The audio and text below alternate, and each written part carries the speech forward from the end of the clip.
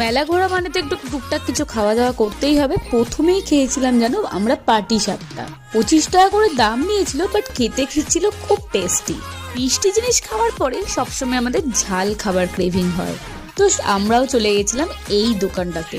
কিনেছিলাম একটা fish fry, আর আমি আর আমার বর ভেবেই নিয়েছিলাম যাই খাবো যাই টেস্ট করব একটা করে নেব, দুজন মিলে হাফ হাফ করে খাবো, কারণ অনেক কিছু খেতে হবে। তো তো চলো ফিশ ফ্রাইটা এবার টেরে বলা যাক।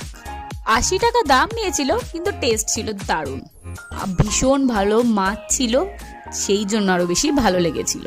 কোটিংটা ছিল খুব পাতলা। চলো এবার টুকটাক একটু ঘুরে দেখা যাক। লাইটিং এখানে কিন্তু সব সময়ের জন্যই ভালো হয়। দুর্গাপূজার সময় তো তোমরা অলরেডি দেখে নিয়েছো যারা শ্রীভূমি ঘুরতে এসেছো, আর যারা আসোনি তারা নেক্সট ইয়ার একবার ট্রাই করতে পারো। আর এই মেলায় এসছি পাঁপড় ভাজা খাবো না তা কি হয়, তো তারপরে দুজন মিলে একটা পাঁপড় ভাজাও টেস্ট করেছিলাম।